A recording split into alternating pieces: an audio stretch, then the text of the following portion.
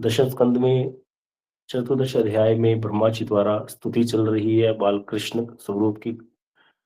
उसमें कल जो प्रश्न ब्रह्मा जी ने पहले बोल दिया था कि आपको कोई जान नहीं सकता प्रभु, फिर बाद में क्या अगले श्लोक में आया कि जो लोग ज्ञान का प्रयास त्याग करके जहां पर आपकी कथा होती है, जहां पर आपके भक्त रहते हैं, वहां रहकर तन मन वचन द्वारा आरंभ से लेकर परिसमाप्ति तक जो उन कथाओं का आदर करते हैं, उन कथाओं को श्रवण करते हैं, जिनको त्रिलोकी में अजित कहा गया है आपको, वो भी आपको जीत लेते हैं। तो इसीलिए यहाँ पर यह ब्रह्मा जी ने बताया कि भाई जैसे कि पहले तो बता दिया था कि आपको कोई जान नहीं सकता, फिर आगे श्री विष्णुपति जी ने प्रश्न कर दिया कि भाई फिर वेद में तो लिखा है कि तमेव विदित्वा अति मृत्यु में उनको जान करके ही, परमेश्वर को जान करके ही कोई जीव संसार से मुक्त हो सकता है।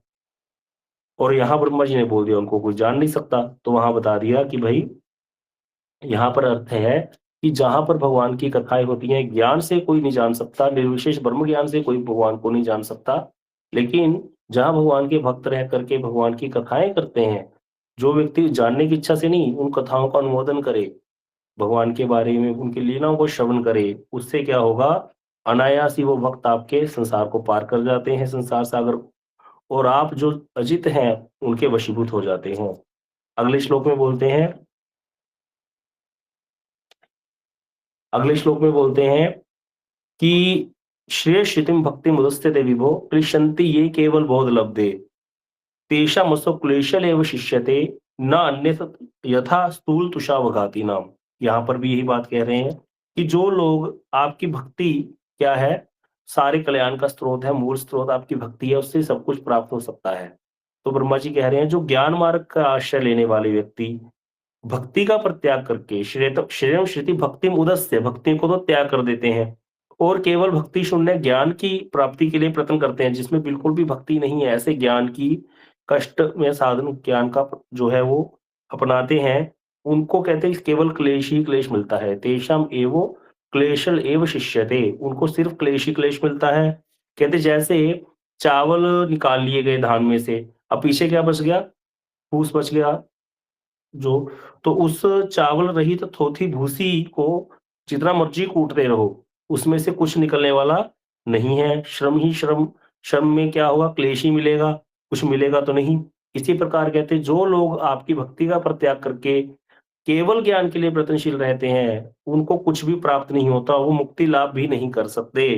तो यहाँ बता रहे हैं कि श्रवण कीर्तन आदि, यहाँ पे श्री विष्णु बाजी टीका में कह रहे हैं केवल श्रवण कीर्तन आदि भक्ति के अंगों से ही जीव कृतार्थ हो सकता है। और अन्य जितने भी साधन हैं, अगर कोई व्यक्ति इस सुलभ मार्ग का त्याग करके, भक्ति के मार्ग का त्याग करके केवल ज्ञान की प्राप्ति कर कैसे सोचे कि मैं भगवान को पा लूंगा, तो उसको सिर्फ कष्ट ही कष्ट मिलेगा, दुख ही दुख मिलेगा। तो इस तरह से कहते श्री श्रीधर स्वामी पाद जी वर्णन करते हैं इस विषय में कि जैसे एक झरने का बहुत प्रबल स्रोत है और वो बह के आ रहा है झरना, तो नीचे क्या बन जाता है, तालाब अपने आप भर जाता है। उसी प्रकार कहते भक्ति से सभी मंगल और मुक्ति भी अपने आप ही हाथ लग जाती है। तो इसीलिए सारे जितने भी साधन हैं, उन साधनों का फल क्या है, भक्ति। कोई भी कुछ करो, जितने भी प्रकार के साध्य हैं वो भक्ति से मिल जाएंगे, अलग से कुछ करना नहीं पड़ेगा। जैसे कर्मी भोग प्राप्ति के लिए कर्म कांड की चेष्टा करेगा, ज्ञानी मुक्ति प्राप्ति के लिए क्या करेगा, ज्ञान मार्ग का आश्रय लेगा, निर्विशेष ब्रह्म ज्ञान के लिए अहम ब्रह्मोस्मि का जाप करेगा। योगी योग मार्ग का अवलंबन करते हुए परमात्मा में लीन होने की अगर इच्छा करता है। लेकिन कहते हैं भक्त जो भक्ति करता है, तो ये कर्म से प्राप्त होने वाले भोग, ज्ञान से प्राप्त होने वाली मुक्ति, योगी को प्राप्त होने वाली भगवान का जो सायुज्य मोक्ष है, वो सब कुछ अनायास ही प्राप्त हो जाता है। वो अपने आप ही प्राप्त हो जाता है, उसके लिए उसको कुछ भी करना नहीं पड़ता अलग से। लेकिन फिर भी वो ये सब चाहते नहीं है भक्त भगवान के। तो लेकिन जो केवल ज्ञान का के लिए प्रयत्नशील रहते हैं, भक्ति को त्याग कर देते हैं, उनको क्या मिलता है, क्लेश ही क्लेश मिलता है। अब आगे जो श्लोक है, ये इसमें ब्रह्मा जी कह रहे हैं कि भाई पहले भी ऐसे पूर्व काल में भी बहुत सारे योगी पुरुष हुए, जब उन्होंने देखा कि योग मार्ग का अवलंबन करके तो आपको प्राप्त नहीं किया जा सकता, तब उन्होंने क्या किया, तवेद अर्पितः निज कर्म लब्धया, उन्होंने अपने सारे लौकिक और वैदिक कर्म आपको समर्पित कर दिए। लौकिक कर्म और वैदिक कर्म, लौकिक कर्म कौन से होते हैं, वैदिक कर्म कौन से होते हैं। वैदिक कर्म क्या है, जैसे श्राद्ध इत्यादि करना, ये वैदिक कर्म है। लौकिक कर्म क्या है? जैसे हम स्नान करते हैं, रोज ध्यान करते हैं, ये सारा लौकिक कर्म में आ गया। स्नान करना या अपने नित्य कर्म जो है हमारे, ये लौकिक कर्म में आ गया। वैदिक कर्म होते हैं जो वेद विहित कर्म करते हैं। कोई प्रायश्चित कर रहे हैं, पुत्र कामेष्टि यज्ञ हो गया कराना, या कोई ब्रह्म हत्या हुई उसका, उसके लिए हम जो है कुछ यज्ञ इत्यादि कर रहे हैं उसके अनुष्ठान के लिए। तो ये हो गए वैदिक कर्म। तो कहते हैं वो जो लोग हैं जो योग मार्ग का अवलंबन कर रहे थे पहले, लेकिन आपको प्राप्त नहीं कर पाए, क्लेश ही क्लेश मिलने लगा, तब उन्होंने क्या किया? असमर्थ हो गए जब, तो अपने सारे लौकिक और वैदिक कर्म आपके चरणों में समर्पित कर दिए। विबुद्ध भक्तेव कथोपनीतिया, कह रहे क्या करते हैं वो?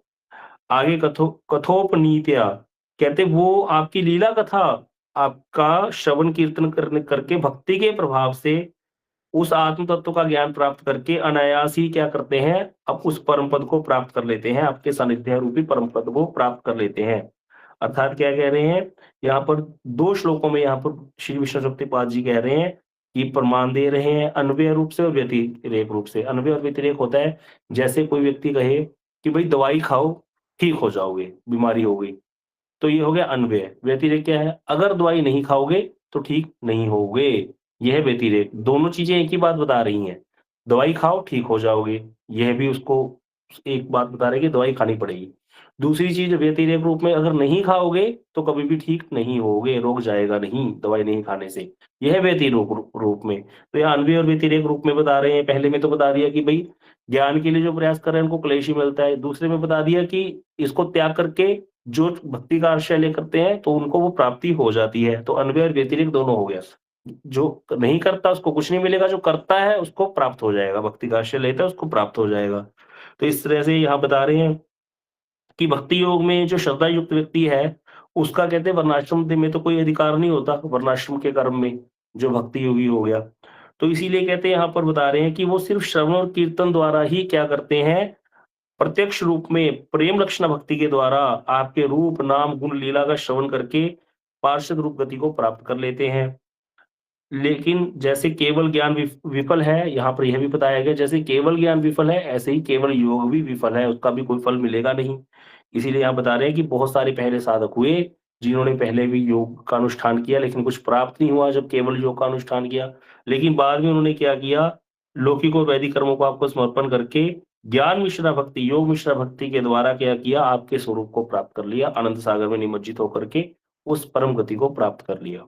तो यहाँ पर यही बताया गया है कि इसको अगर दोबारा समझें तो बस मोटा-मोटा ये है कि ज्ञानी अगर केवल ज्ञानी है, केवल योगी है, सिर्फ ज्ञान का आश्रय लिया है, भक्ति का कुछ भी मिश्रण नहीं है उसमें, तो उसको कुछ भी प्राप्त नहीं होता। भक्ति से ही प्राप्त होगा। और दूसरा बता दिया कि ऐसे योगी जिन्होंने प्राप्त नहीं किया, फिर उन्होंने क्या किया? अपने सारे वैदिक और लौकिक कर्म आपको समर्पित कर दिए और फिर आपकी भक्ति का यजन किया, भक्ति का सहारा लिया, उससे वो उस योग से जो प्राप्त होने वाला पद था उसको प्राप्त कर लिया उन्होंने।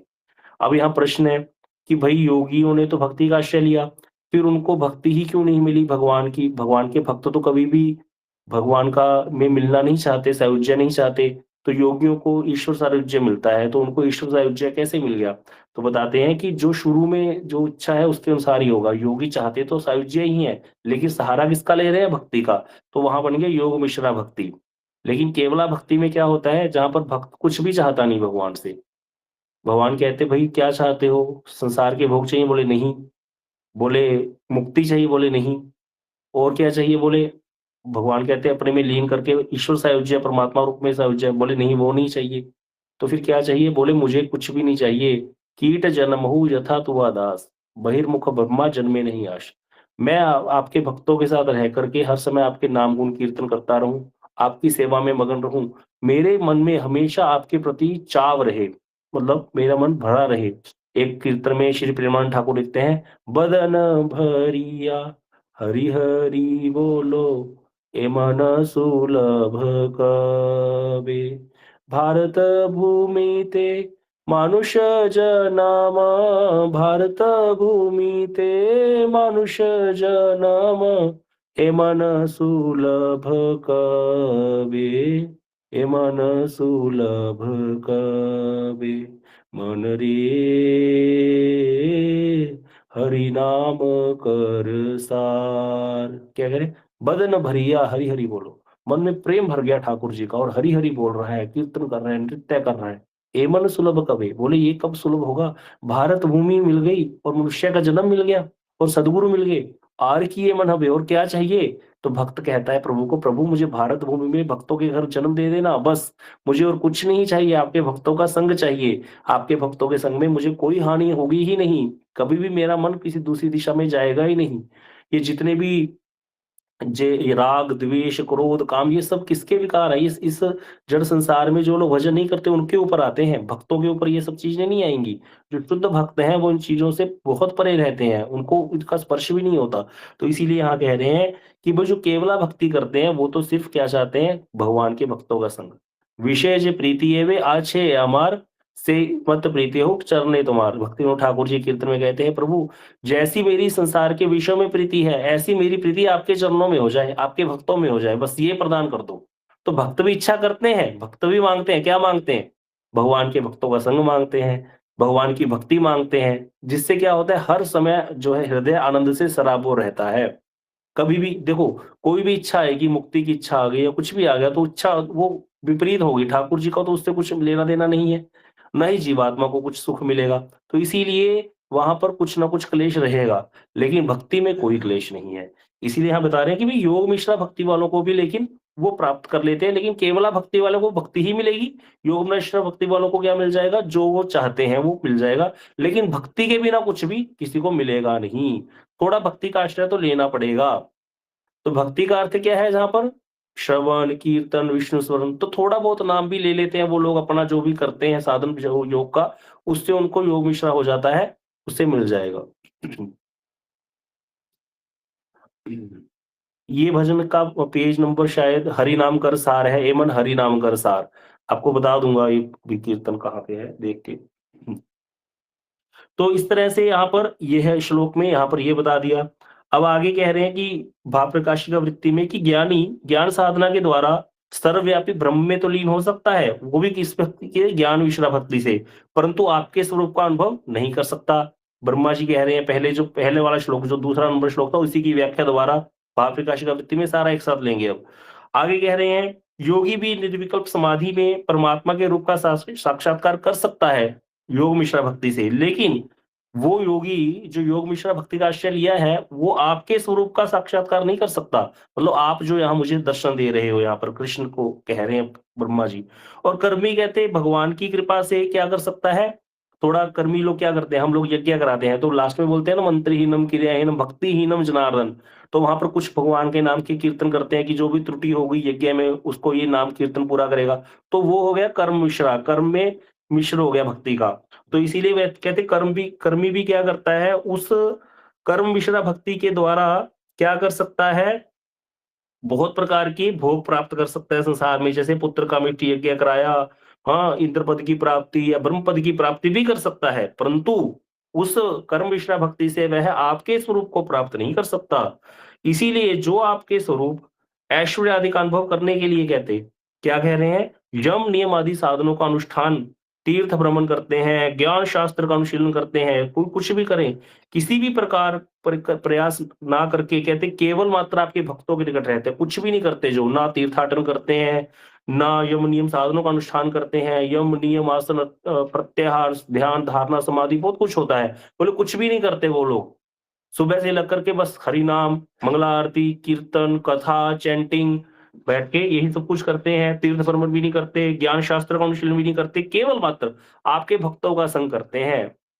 एक कीर्तन में लिखते हैं, ठाकुर वैष्णव पद अवनीरसु संपद, बड़ा सुंदर कीर्तन है भक्ति विनोद ठाकुर जी का, उसमें कहते हैं तीर्थ जल पवित्र गुणे लिखिया छे पुराणे से सब भक्तिर प्रवंचन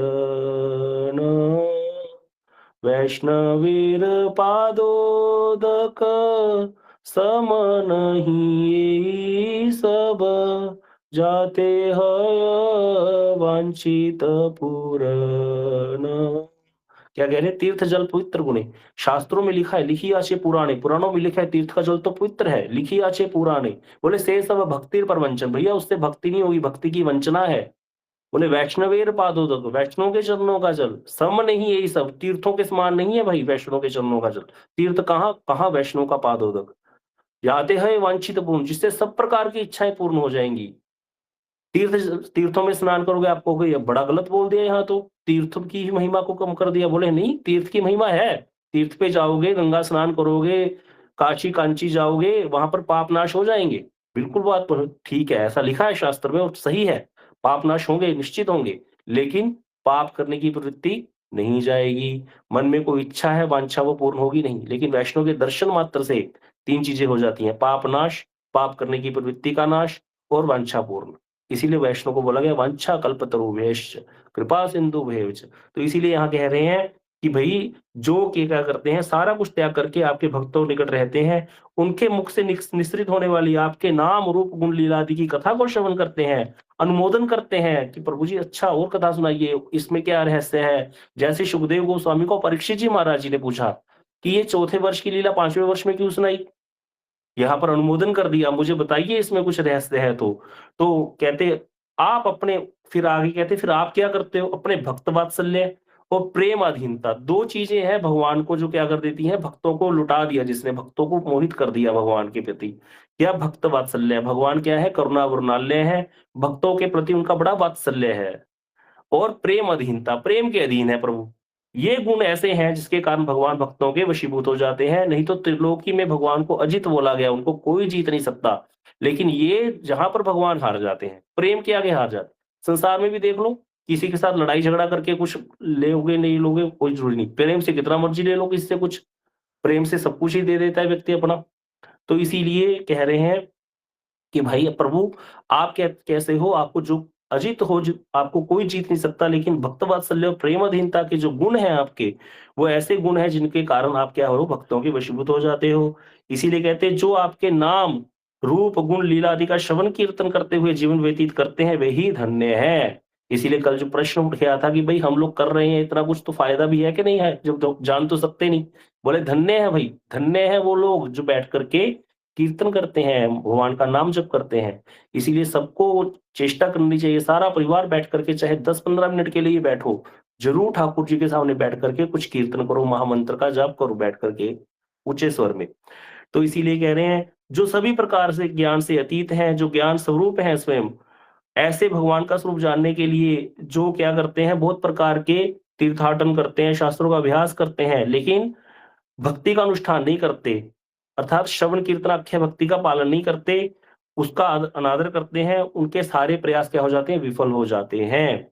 इसीलिए कह रहे श्रुतियों में वर्णन है, विज्ञात विज्ञातरमरे केन विजानीयात, अरे मूर्ख, जो स्वयं ज्ञान स्वरूप हैं, जो समस्त जीवों के मन और इंद्रियों से अतीत हैं, सबके साक्षी हैं, ऐसे ज्ञान स्वरूप भगवान को तुम किस साधन के द्वारा जान सकोगे? इसीलिए क्या बताया गया, सर्वासामेव सिद्धीनां मूलम तत्चरणार्चनम, की शास्त्र में क्या बोल दिया गया है, श्री गोविंद के चरण कमलों का भजन ही समस्त प्रकार की साधनाओं की सिद्धि का एकमात्र उपाय है। भगवान के चरणों के शरणागत हो जाना, उनके चरणों का भजन, उनके चरण कमलों का कीर्तन, बस यही सब साधनों का फल है जो हम लोग करते हैं। तो ऐसे हमको गुरु वर्ग मिले जिन्होंने हमें शुद्ध भजन में लगाया, सही वास्तु वस्तु प्रदान करी। नहीं तो कितने शास्त्र हैं, 108 उपनिषद हैं, 4 वेद हैं, एक वेद का एक लाइन पढ़ लो कुछ समझ में नहीं आएगा, इतने गूढ़ हैं वेद। और उन वेदों का तात्पर्य श्रीमद् भागवतम हमको प्रदान किया गुरु वर्गों की कृपा से। कोई ना कोई सुकृति रही होगी हमारी भी, जिसके कारण हम ऐसे गुरु वर्गों से जुड़े, नहीं तो संसार में व्यक्ति आकर के भूला भटका ही चला जाता है ऐसे ही जीवन व्यतीत करके। श्री नरोत्तम ठाकुर, श्री लोचनदास ठाकुर जी ने बड़े कीर्तन लिखे हैं, एलो गेलो आना जाना कर रहे हैं, बस आया और गया, कुछ भी किया नहीं। तो इसीलिए बड़ा हमारा सौभाग्य है, यहाँ पर यही कह रहे हैं कि जिनकी भगवान के चरणों में भक्ति नहीं है, यदि करोड़ों जन्मों तक भगवत भक्ति को छोड़कर करोड़ों जन्म कह दिया कर्म, ज्ञान, योग आदि कठोर साधनाएं करते रहे, तो भी कभी सिद्धि प्राप्त नहीं हो सकती। बोले इसका क्या प्रमाण है भाई? बोले श्रीमद् भागवत में बोला गया है, ये अन्य अरविंदाक्ष विमुक्त मानिनः तव्यस्त भावाद अविशुद्ध बुद्धे आरुह्य कृच्छ्रेण परम पद ततः पत्यन्त्यधो अनादित युष्मदंग्रय। कहले जो भगवान का तो भजन करते नहीं, भगवान के चरण कमलों की सेवा नहीं करते, उनके प्रति अनुराग नहीं है। लेकिन जप, योग, ध्यान, तपस्या आदि साधनों में बड़े बलिष्ठ हैं, बहुत प्रकार के तपस्या इत्यादि कर लेते हैं, पंचअग्नि तपा लेते हैं, अहम ब्रह्मोस्मि, संसार से बिल्कुल विरक्त हैं। लेकिन आपके चरणों में बहुत बड़े पद को प्राप्त हो चुके हैं। अभी संसार में आप देखना, एक चीज़ समझने वाली है, यहाँ पर ध्यान दीजिएगा। कभी भी हम लोग किससे अट्रैक्ट होते हैं? जो हमारे जैसा नहीं होता। जैसे देखा जाता है कि जो व्यक्ति चाय पीता है रोज, 10 बार चाय पीता है दिन में, 4-5 बार चाय पीता है, वो ऐसे व्यक्ति से बहुत जल्दी प्रभावित होगा, बहुत ज़्यादा प्रभावित हो जाएगा जो बिल्कुल चाय पीता ही नहीं है। क्यों? क्योंकि उसको लगता है भाई मैं तो सुबह उठते ही चाय पीता हूँ और मैं छोड़ ही नहीं पाता इसको, मेरा तो सर दर्द हो जाता है और ये चाय ही नहीं पीता। ये कैसे जीवन धारण करता है? इसका अर्थ है ये तो बहुत बलशाली है, मतलब इसका बड़ा मन पे कंट्रोल है। तो इसी प्रकार जो ज्ञानी होते हैं ना, ये कई चीज़ों में बड़े कंट्रोल कर लेते हैं अपने ऊपर, कई चीज़ों भक्ति नहीं करते, लेकिन इनका वैसे ये सब चीज़ों में बड़े आगे होते हैं। जटाएँ बढ़ा के और मिट्टी खा के रह लेंगे, पानी पी-पी के गंगा जी का जीवन धारण कर लेंगे, ऐसे ज्ञानी मार्ग पे चलने वाले। तो जनरली देखा जाता है ज़्यादातर लोग ऐसे लोगों से बहुत जल्दी अट्रैक्ट होते हैं। हम जैसे लोग जो संसारी लोग हैं, कर्मी लोग, ऐसे लोगों से अट्रैक्ट होते हैं क्योंकि उनको लगता है भाई हम लोग तो कुछ छोड़ ही नहीं पाते, ये तो गंगा जी की मिट्टी खा लेते थे, बताओ ऐसे कैसे कोई खा सकता है गंगा जी की मिट्टी? ऐसे कोई गंगा जी का पानी पी के जीवन धारण कैसे कर सकता है? ऐसे कैसे कोई 300-300 किलोमीटर परिक्रमा कर सकता है 10-10 दिन में लगातार? हमसे तो थोड़ा-सा चलना नहीं जाता, हमें तो स्कूटर चाहिए। तो इसीलिए ऐसे लोगों से जल्दी अट्रैक्ट हो जाते हैं हम लोग। लेकिन यहाँ बताया कि ऐसे व्यक्ति तीव्र साधना का क्लेश स्वीकार करके भी बहुत आगे तक पहुँच करके, बहुत आगे तक क्यों बोल दिया? क्योंकि दुनिया भी उनको बहुत मानने लग जाती है। और उनको अपने आप से भी बहुत लगने लग जाता है कि हम पता नहीं कहाँ पहुँच गए। क्यों लगने लग जाता है कहाँ पहुँच गए? क्योंकि उस व्यक्ति की गति बाकी जो साधारण उसके साथ रहने वाले उससे तो बड़ी ऊपर हो गई है ना। ना तो उसको खाने का शौक, ना उसको पहनने का शौक, ना उसको कोई दिखावा चला रह गया, ना उसको परिवार पुत्र में आसक्ति, कुछ है ही नहीं। तो उसको तो लगता है मैं बहुत ऊपर पहुँच गया। हम भी समझ सकते हैं ना संसार में ऐसे लोग कोई होगा, भक्ति तो करता नहीं, लेकिन अपना इंद्रियों पे बड़ा उसने अपने अंकुश लगा रखा है और इन सब विषयों से बड़ा दूर है सांसारिक विषयों से। तो जनरली एक स्वाभाविक वृत्ति है हम उसकी तरफ अट्रैक्ट हो जाएँगे। इसके विपरीत एक वैष्णव है, भक्त है, घर में रह रहा है, परिवार के साथ रह रहा है, तो उसकी तो कोई भी क्रिया देख कर के हमको लगेगा ही नहीं अगर वो शुद्ध वैष्णव भी है तो। किसी भी साधारण व्यक्ति को तो जो भक्त है उसको तो समझ में आ जाएगा। जो भक्त नहीं है, कोई भी साधारण व्यक्ति को तो उसको देख कर के कोई अट्रैक्शन ही नहीं होगी, उसको लगेगा हम भी जैसे रहते हैं, ये भी ऐसे ही रहता है। ये भी ऐसे ही रह रहा है, बस कीर्तन-वीर्तन सा करता रहता है स्त्रियों की तरह और क्या है। तो इसीलिए भक्ति की महिमा जिसको पता नहीं, वो तो उस व्यक्ति की तरफ ही अट्रैक्ट होगा ना, जो विरक्त है संसार से। दिखने में ऐसे लग रहा है कि जिसकी कोई इच्छा ही नहीं है। तो इसलिए कहते लेकिन आपके चरणों के प्रति अनादर करने के कारण ऐसे जो योगी या ज्ञानी हैं, वो अनादर करने के कारण अधोपतित हो जाते हैं, वो गिर जाते हैं अपने साधन को इतना कुछ करके, क्लेश स्वीकार करके भी कुछ भी प्राप्त नहीं होता। उनके लिए कई लोग सिपाही बोलते हैं सकल पदार्थ है जग माही, कर्महीन नर पावत नाहीं। संसार में तो बड़े संसार प्रकार के पदार्थ हैं लेकिन कर्मों में नहीं है तो प्राप्त नहीं करते। यहाँ रह करके भी कुछ प्राप्त नहीं किया, वहां जाकर कुछ मिलेगा नहीं आगे भगवान के धाम में। वो तो भगवान का धाम की तो बात ही छोड़ दो, मुक्ति भी लाभ भी नहीं मिली, मुक्ति भी उनको प्राप्त होगी नहीं क्योंकि भक्ति का तो आशय ही ग्रहण नहीं किया थोड़ा सा भी। तो इसीलिए ये सारे टॉपिक समझने वाले हैं बहुत।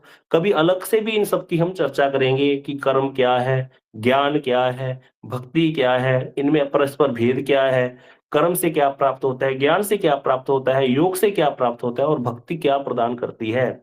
आगे एक श्लोक में ही सारा बता देता है। एक श्लोक है भागवत जी में 11वें स्कंद के 20वें अध्याय में, यत कर्म भी, यत तपसा, यत ज्ञान वैराग्यश्च तत यत सर्वम मद भक्ति योगेन मद भक्तो लभते अंजसा।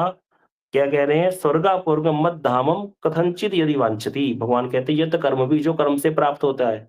कर्म से क्या प्राप्त होता है? संसार के भोग, इंद्र पद, ब्रह्मा जी का पद। भगवान कहते हैं यत कर्म भी, जो कर्म से प्राप्त होता है। यत तपसा, जो तपस्या से प्राप्त होता है, ज्ञान का साधन करने से प्राप्त होता है। क्या प्राप्त होता है ज्ञान का साधन करने से?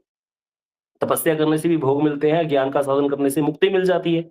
योगियों को योगियों वाली मुक्ति मिल जाती है। तो भगवान कहते हैं यत कर्म भी यत तपसा, जो तप से प्राप्त होगा, ज्ञान से प्राप्त होगा, वैराग्य से प्राप्त होगा, वो सारा कुछ सर्वम मद भक्ति योगेन, सारा कुछ मेरा भक्त मेरे भक्ति योग से प्राप्त कर लेता है। अंजसा, अनायास ही प्राप्त कर लेता है। कोई वैराग्य करने की जरूरत नहीं है।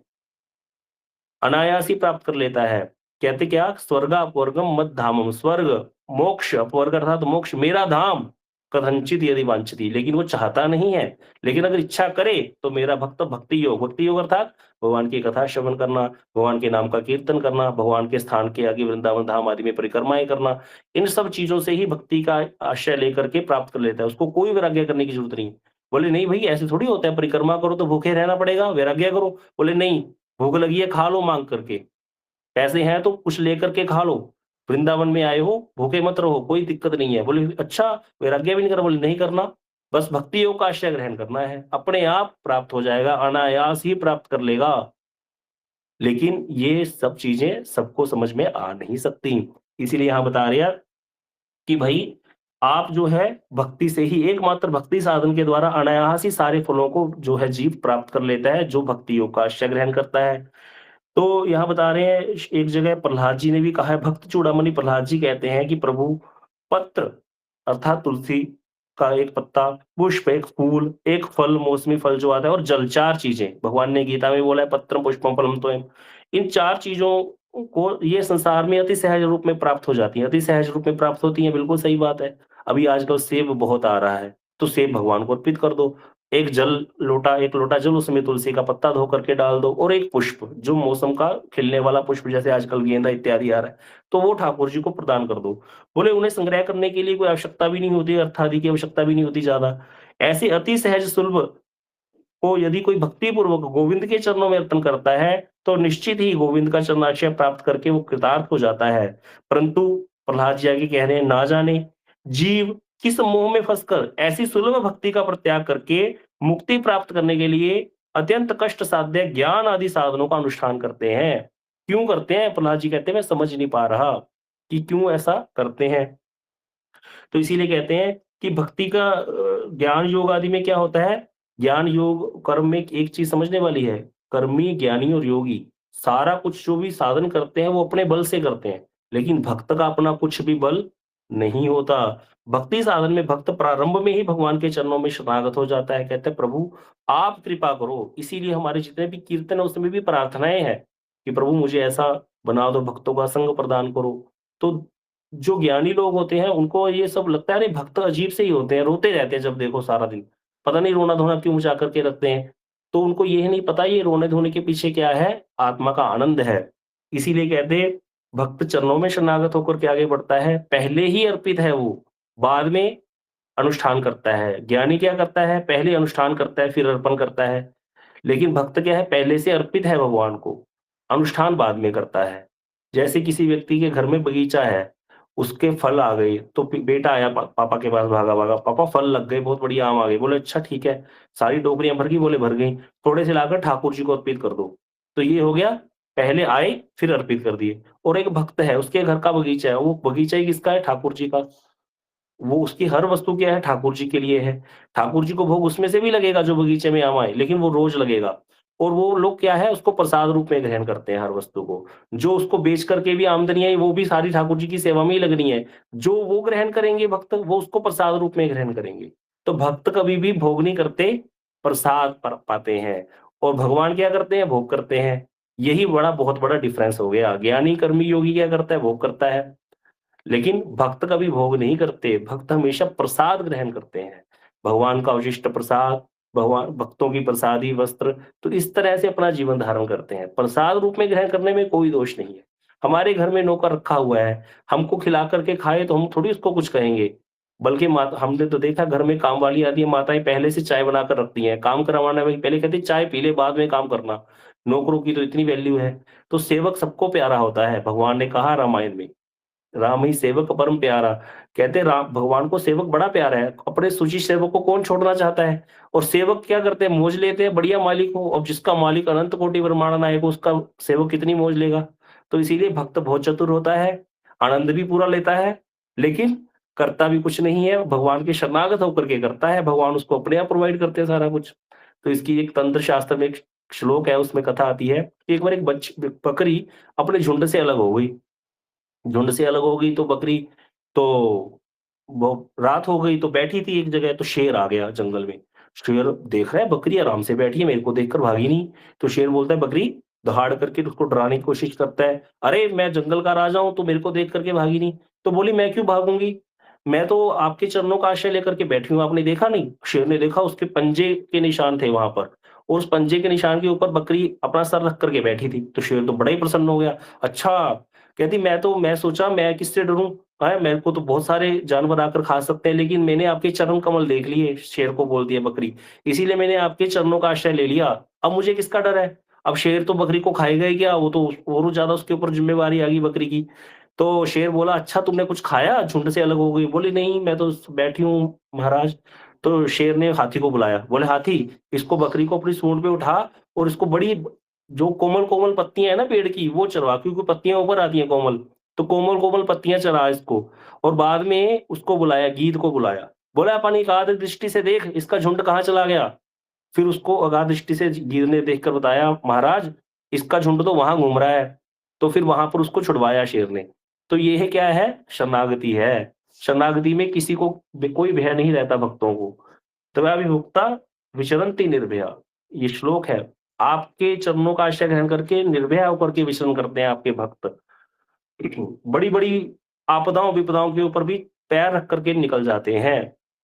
तो यहाँ पर ये भक्ति की महिमा निकल कर के आई है। ब्रह्मा जी इस प्रकार बड़ी सुंदर स्तुति कर रहे हैं, कह रहे हैं इस प्रकार भगवान के स्वरूप, ऐश्वर्य, महात्म्य आदि को दुर्लभ मान करके व्यर्थ समय ना गवाकर जो लोग उनके नाम, रूप, गुण, लीला का कथा, श्रवण, कीर्तन आदि करके आश्रय करके जीवन व्यतीत करते हैं, वे जगत में धन्य हैं, वही कृतार्थ हैं।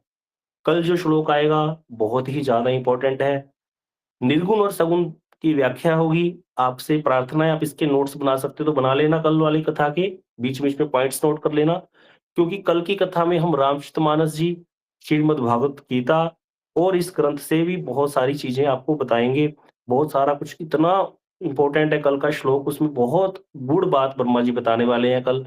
इतनी सुंदर स्तुति है ब्रह्मा जी, इसमें सारे तत्व खोल दिए ब्रह्मा जी ने। इन 40 श्लोकों में सारा ज्ञान आ जाएगा हमको। जो भी भगवान का जितना भी प्रकार का ये भक्ति का जो भी रॉकेट साइंस है, कुछ रॉकेट साइंस नहीं है लेकिन फिर भी पता होना चाहिए। तो वो सब कुछ समझ में आ जाएगा। कल हम उस पे चर्चा करेंगे। समय हो गया है। वांछाकल्पतरुभ्यश्च कृपा सिंधुभ्यश्च पतितानां पावनेभ्यो वैष्णवेभ्यो नमः।